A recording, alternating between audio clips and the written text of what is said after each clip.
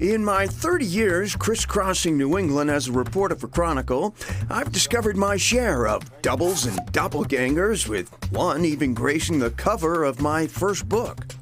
Okay, welcome to the motif number one here in Rockport. It's been called the most painted object in the world, maybe, but many of the artists who try to capture motif number one may not realize they're actually painting a double. The original red fishing shack was destroyed during the blizzard of 1978. It was rebuilt from the original plan, so it's very realistic, but it's not the original. Want to double down?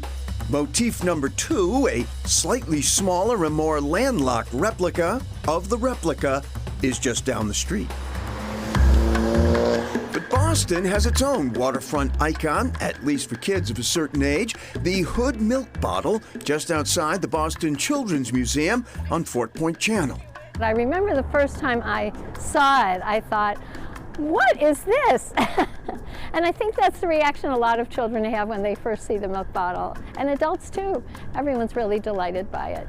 While clearly the most recognizable, this is one of 3 giant milk bottles still operating as eateries in the state. We'll visit another shortly, but first we make a pit stop in Taunton at the Old Colony History Museum, where we find historian and lifelong Tauntonian, Dr. Bill Hanna. You'll still hear people, they'll come in here and they'll say, we saw your milk bottle. The year was 1933. The Boston Children's Museum was then located at Pine Bank Mansion in Jamaica Plain. Meanwhile, the structure that today is known as the Hood Milk Bottle was a roadside ice cream stand run by the Gagner family on Winthrop Street in Taunton.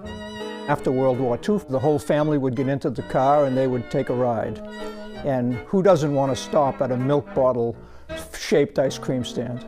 They were the first roadside attraction. Absolutely. Along with oversized milk bottles, giant hot dogs and donuts thrived, but roadside attractions require enthusiastic motorists. And as new routes and interstates changed traffic patterns, Taunton's milk bottle would eventually close down.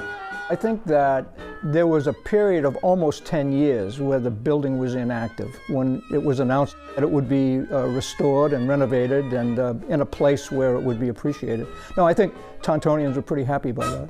In 1977, after a full restoration, financed by then Charlestown-based H.P. Hood Creamery, the newly dubbed Hood Milk Bottle was delivered to its new home by boat with great fanfare.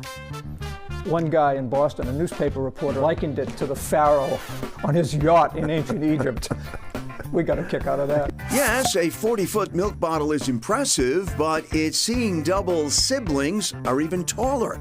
The first, towering above G&S Pizza in New Bedford, stands at 52 feet, and finally open for breakfast and lunch in Raynham, this behemoth, simply called the milk bottle, is the biggest of the bunch. Built in 1926, stands about 50 feet tall. 56 to be exact.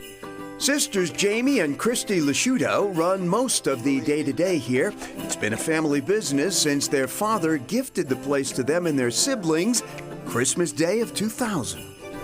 We kind of knew something was going on at that time, but he handed us all a gift bag. What was in the gift bag? The keys. What'd you think about that? Maybe it's not We a didn't gift really I have want. Yeah. I was psyched. I worked here for 5 years, yeah. and my older sister worked here too. 25 years later, their father has passed, but their family has grown exponentially. You get to know families, and I mean, at this point, so we know generations of families now, and like they know our kids. It just keeps going. While known for their breakfast and speedy service, you can also order a milkshake at the giant milk bottle, which gets to the question that Christy and Jamie are asked all the time. What do you keep inside a 56-foot milk bottle? We tell them it's full of milk. Well, I tell them. I do. Kids, I do, yeah. And they believe it? Oh, yeah. How wicked.